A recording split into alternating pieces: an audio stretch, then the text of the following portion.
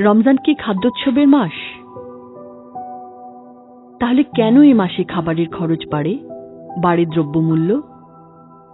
কেন ব্যয়বহুল ইফতার পার্টির আয়োজন হয়? সেহরিতে নামি হোটেলে খেতে যাওয়াকে কেন আমরা স্ট্যাটাসের মনে করি? নবীজি সাল্লাল্লাহু আলাইহি ওয়াসাল্লাম কিভাবে ইফতার করতেন? হযরত আনাস ইবনে মালিক রাদিয়াল্লাহু আনহুর বর্ণনা থেকে জানা যায়, নবীজি সাল্লাল্লাহু আলাইহি ওয়াসাল্লাম ইফতার করতেন তাজা খেজুর দিয়ে। যদি তাজা খেজুর না পাওয়া যেত তাহলে শুকনো খেজুর দিয়ে, আর যদি তাও না পাওয়া যেত তাহলে কয়েক ঢোক পানি খেয়ে। এরপর তিনি মাগরিবের নামাজ পড়ে নিতেন। ধর্মাচারের এসব অবিদ্যার কারণে আমরা বঞ্চিত হচ্ছি রোজার শারীরিক, মানসিক, আত্মিক উপকার থেকে।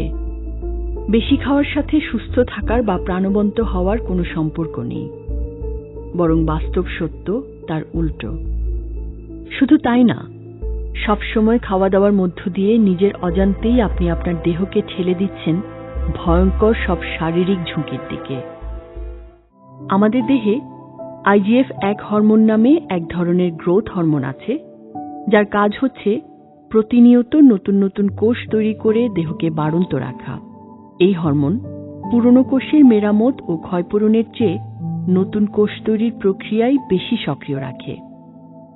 আপনি যত বেশি খাবেন, বিশেষত প্রোটিন জাতীয় খাবার, তত বেশি আপনার দেহ IGF-1 তৈরি করবে।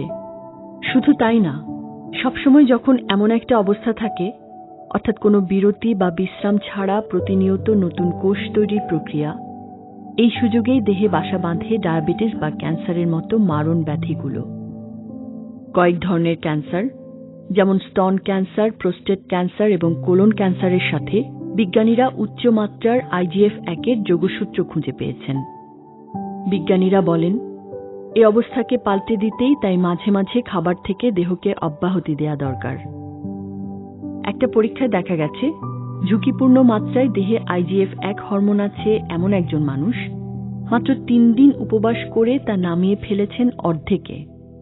ডাক্তাররা তাকে সতর্ক করে বলেছিলেন প্রোস্টেট ক্যান্সারে আক্রান্ত হওয়ার সম্ভাবনা তার প্রবল, কিন্তু IGF-এর মাত্রা কমে যাওয়ায় কমে গেল সে ঝুঁকিও। গবেষণায় দেখা গেছে, উপবাস বা রোজা ডায়েটিংয়ের চেয়েও বেশি ফলদায়ী। রোজা কমিয়ে দেয় ডায়াবেটিসের ঝুঁকি, সারায় পেপটিক আলসারের উপসর্গ, বাঁচাতে পারে আলঝেইমার, ডিমেনশিয়া বা স্মৃতিভ্রমের মতো বয়সজনিত রোগগুলো থেকে।